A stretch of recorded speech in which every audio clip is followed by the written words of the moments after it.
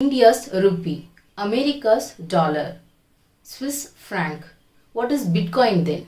Which country owns it? How to earn it? Without much ado, let's get into the video. Sharmila this side.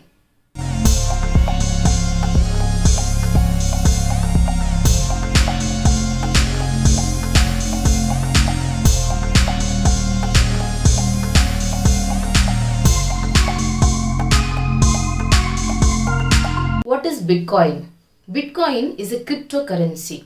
What is cryptocurrency? I can see my money. I can touch it. I can give my money to someone and get back anything in exchange. But Bitcoin is a digital currency. I can't see that. I can't touch that. I can never do any physical activity with that. All I can do is online transaction, online investment, and a digital view of it. It is yet to reveal their identity. Still, no one is clear that who invented this, but they believe in that an anonymous person named Satoshi Nakamoto invented this. Anonymous, unidentified personality. And so, Bitcoin is named after him, like 1 Satoshi, 2 Satoshi, like how we call in India 1 rupee, 2 rupee, just like that.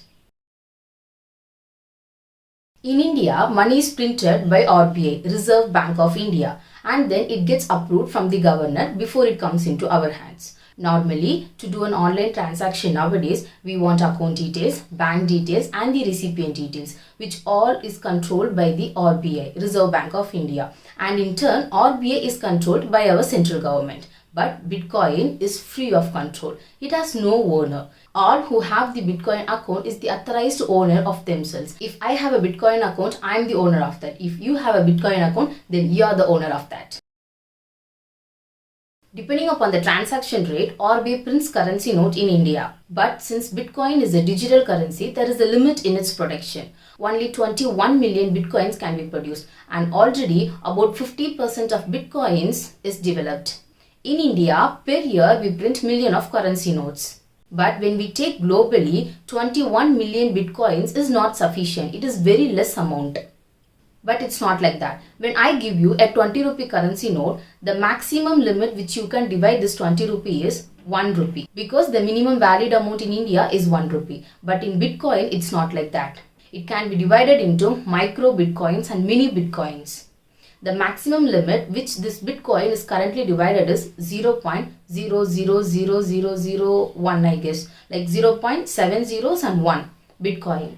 So 1 Satoshi is equal to 0.7 zeros and 1 Bitcoin.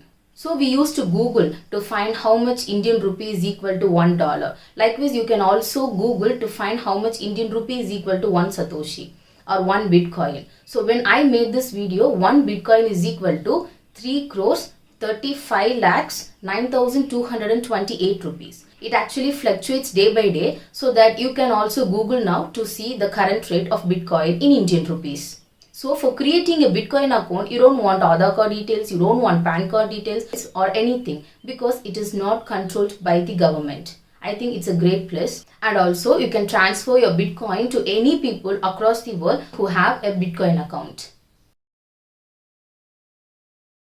The technology used for this is Bitcoin mining. So by using this process, you can earn cryptocurrencies for free without having to put your own money for that. So for this, you have to discover a solution for a complex puzzle. And depending upon the probability rate, you will be rewarded Bitcoins. So when you decide to earn Bitcoins for free, you might be trying to solve some particular puzzle. But remember that you are not the only person who is trying to solve solution for this complex problem around the world. There will be millions of people trying to solve solution for this problem. And depending upon the probability rate of how much people involved in solving a particular puzzle, you will be rewarded Bitcoins.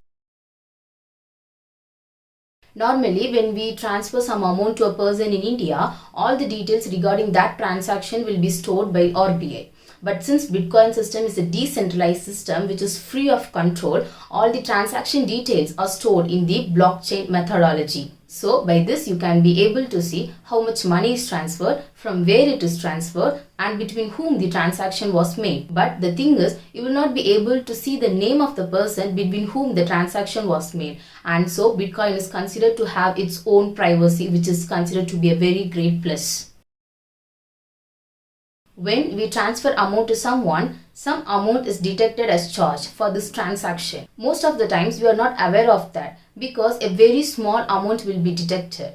In India, when we transfer amount from 10,000 to 1 lakh rupees, 5 rupees will be detected as GST, which we might have failed to notice many times. Because we might use Google Pay to transfer some amount like 10 rupees or 100 rupees or 1000 rupees, maximum 5000 rupees to our friends. So in that case, 2 rupees or 3 rupees will be deducted as GST. No one noticed this because 2 rupee and 3 rupee doesn't matter. We will not be aware of that some amount is actually deducted. But it actually matters in huge amount of transaction. The corporate owners or people who have million crores of business, they usually transfer huge amount between one person to another person. And so in this case, huge amount will be deducted as charge because our transaction is controlled by the central government. But when it comes to Bitcoin system, no amount is detected in between as charge, because the amount is transferring between the owner of one Bitcoin account to the owner of another Bitcoin account. Japan, China and many other countries across the world already approved this Bitcoin system as legal. But many other countries still telling that this system is totally illegal. There is no laws prohibiting Indians in buying and selling cryptocurrencies. But there was a banking ban between July 2018 to March 2020 against using Bitcoin system.